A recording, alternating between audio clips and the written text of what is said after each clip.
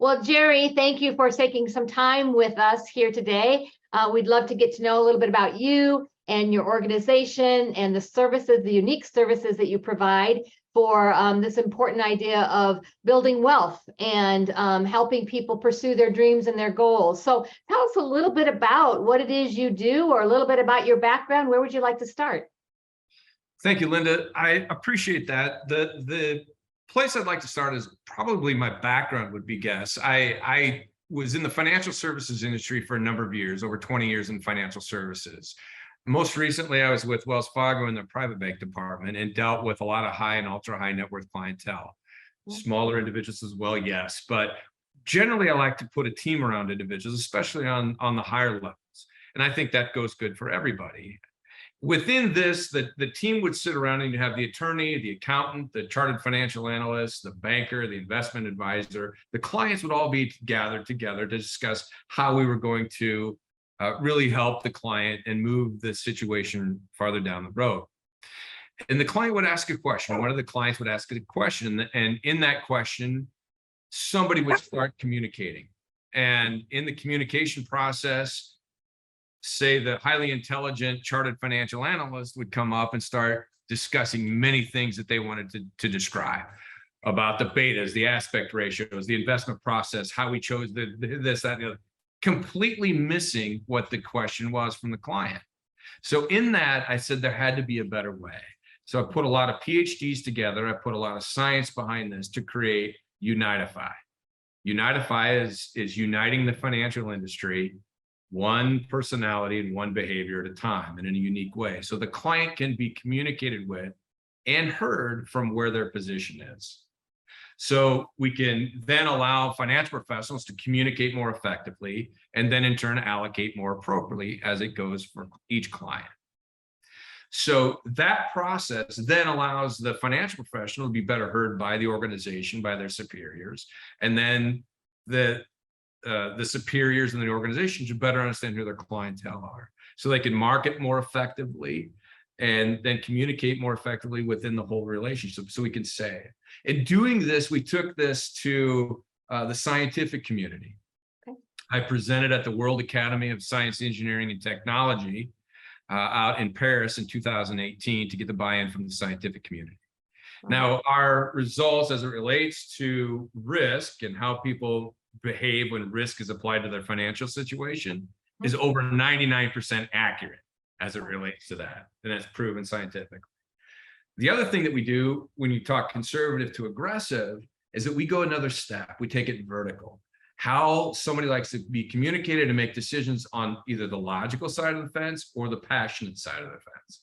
So when everybody is marketing to sailboats and sand beaches, for example, in retirement, you see the commercials, you're missing half the ball, because somebody in that relationship really wants to know, how is the war out there with Russia and Ukraine affecting my oil investments? How is that debacle out there in the Silicon Valley Bank affecting my financial investments that I have with mortgage-backed lending and stuff like that? So you need to hit that logical side as well as the passionate side of the fence. Sure. And by presenting Unitifi, we can then encircle and encompass and really hit each individual the way they want to be communicated. Absolutely. So that's what we do in a nutshell. I love that. That credibility built into the data, right? The scientific element applied with the human dimension of how we show up with our emotional space. It sounds like you found that sweet spot and putting it into a practical application. Love it. Absolutely. Love it. Absolutely. What kind of growth have you seen from the world in which you lived before then to using this unique specialty tool and service? Oh, exponential. Because again, the way you communicate, the relationship being the key, not only with existing clients who you want to prove that you know. How do you know that client? How can you prove that in an audit? With our tools, you can. You see it. The Unitifi Consumer Information Tool is that you see the personality, you see the behavior, and you can show that to anybody that asks, why did I allocate this way? I know my client this well. I could prove that I know my client this well. Same thing with new existing clients coming on, that you can say, boy, I really work well with somebody that's very logical and very aggressive, more the energizer type of personality, right? Well, if somebody comes on and they're very conservative and they're very more on the passionate side of their decision making, you don't work well with that type of client, then you can revenue share with somebody else in the firm that does work well with that type of situation. So it's a very, you're not letting anybody go away. So to see that growth from a firm, to see that growth from an individual, because that 80-20 rule, you spend, 80% of your time, and then 20% is the one that really make you the money, right? So we're very cognizant of that. And the ones that have put this together are educators in the space of financial services, as well as individuals within the financial services realm, partnering with PhDs to help put all of our algorithm and everything else together. So it is quite eye-opening, because that's the fear. The fear is like, especially when you're starting out, and even when you're in the industry for quite a while, you never want to blow anybody up. You never want to hurt anybody. The litigation risk is we've done blogs with QTech Rock and RIA compliance consultants, because we had to get the buy-in from those industries as well and become strategic alliance partners, especially with RIA compliance consultants that we do. It's eye-opening. And then we had to take it to the insurance industry, those that provide E&O insurance for the industry, especially the national administrator from Lloyd's of London, Locked and Affinity. They looked at us, they tore us apart, took us all apart, and they said, if firms utilize your tools, we can save them up to 30% in E&O premiums. Wow. 30%. That's a big number. That significantly affects the bottom line, and the growth that you just asked about is pretty significant. How much time does it take for someone to complete the online tool that you referenced? What's the investment of time to complete that, and then for you to review with them? Yes, absolutely. It takes, that was the other thing. We interviewed CFPs and CFAs across the country to say, what do you really need? Over 250 across the country. One of us that says it has to be accurate and it has to be quick. So the quick time frame is between 2 to 7 minutes for a client to complete the assessment. It's 20 questions, and with that much information, you can really understand. And then the training process for the financial professional, it can't be an extra burden. Oh my gosh, I have to learn a new system. Oh my gosh, I have to learn. That can't happen either, because being in that industry, I know our time is valuable. So it's got to be easy to understand, quick to implement, and then highly accurate in what you're doing. So minimal process to learn our tools from a financial professional point of view, and minimal time for a client to complete an assessment and get highly accurate results. Love it. Very innovative to connect to people's natural tendency of how they communicate, how they need to process information, how they need to trust you based on the data that they see, right? All of that. I love the dimensional element of this. Wonderful. So you took something that was a service and you made it even better, right? You made it easier. So almost innovative from a startup. Was it like a startup process when you did your company, and what might have you learned from that? Oh yes, absolutely. And the thing is that we knew from the highly successful financial professionals in the industry, whether they're part of a large group, Wells Fargo, Principal, any of those, to a small IRA firm that you might have 2 or 3 financial professionals teamed together, or just one. This very successful ones were already utilizing some sort of personality assessment, like Gallup Strengths Finder, Colby Cognitive Index, Myers-Briggs, that type of assessment already. But the thing that we provide that they don't is it's geared to the financial services industry, and we give you tips on what to do with that type of personality or primary behavior attributes that we recognize. And then we map it out so you can see all of your clientele on who you work really well with. So when you're talking about referrals and say, Linda, I really appreciate you. We work well together. Introduce me to somebody just like you, because we could help them. Some of your friends that are like, well, what does just like you mean? Right. Through the Unitifi consumer information tool, that you see the personality before the person even comes to the door. So that has been, pretty monumental in what we've seen as far as taking it, something that already exists, to the next level. And then in the startup world, that you see is that when somebody sees a good idea, a lot of times they might want to take it for their own. So within the startup process and the individuals that we worked with, sometimes we had to go through those process of, keeping our arms around the company so it doesn't get gobbled up and taken by other entities that have wanted to take it for their own pre-revenue even. So just some of the pitfalls that greed comes into play within something that looks very profitable. Right.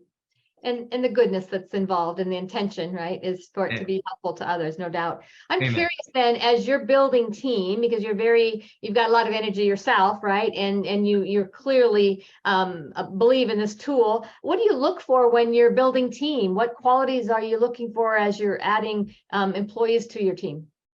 So the things that we really need to understand is those that can look outside the box, and somebody that can think well on their feet, because in an environment where you're high growth, you have to have the trust factor within the team as well. So to be able to trust you.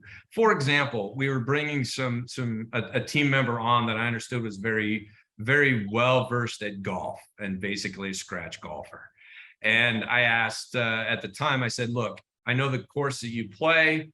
If you had nobody in front of you and you wanted to shoot par, how long would it take you? 5 hours. Okay, a normal round of golf is about 4, meaning they took their time, energy. Okay, now you're playing with the 4-7. You want to do really good. How long are you going to take to complete a round of golf and still shoot very, very well? Probably 4.5 to 4 hours and 45 minutes. So I knew that this person had to take and analyze too much time, and I think that bodes well into the Masters tournament and some of the talk that was there that groups ahead of them were taking too much time. We can't afford that. Sometimes we have to think well on our feet, and we have to be able to go and process information and then make decisions. So somebody that can think outside the box, somebody that can move fast, and somebody that we can trust is huge in the organization right now. Obviously, knowledge and all that they learn, yes, but some of those outside intrinsic values that we look for, that's it. Mm-hmm. Love it. Love it. I'm curious. This is a question that one of my favorite questions is, what would be your advice to your younger self?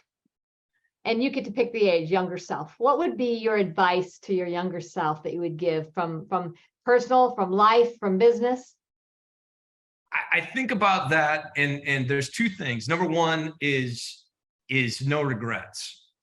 Meaning, if you look back on it and you think you would regret not doing something, or you would regret doing something, base some of the decisions on the regrets factor. Like, would I regret not purchasing this? Would I regret purchasing this? If you look at the regret factor, would I regret joining this organization? Would I regret letting that organization go and me not joining it? Those are some of the things. And the other is never give up, because I truly, truly believe is that if you really, really want something, you will find a way to get it and you will do it. Bottom line, it's going to happen. Never give up. And I think that's some of the things in talking with different individuals that I've worked with over the years. They say, Jerry, you're somebody who doesn't like to give up. No, I will not. And when I know it's worth it, I am going to give everything, life, marriage, everything else that I try to do in my life, children, and sports. It's a factor in me. I don't want to give up. Persevere. Love it. Push through it. I'm just curious, what do you do today to invest in yourself, to keep growing and learning and stay relevant? Oh, education. By far, education is the key.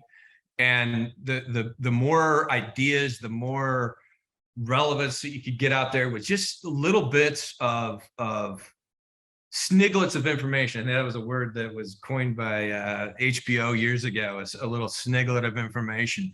If you can gain something from somebody somewhere, and the only way you're going to do that is keep learning, asking questions, understanding, right? All of those types of things.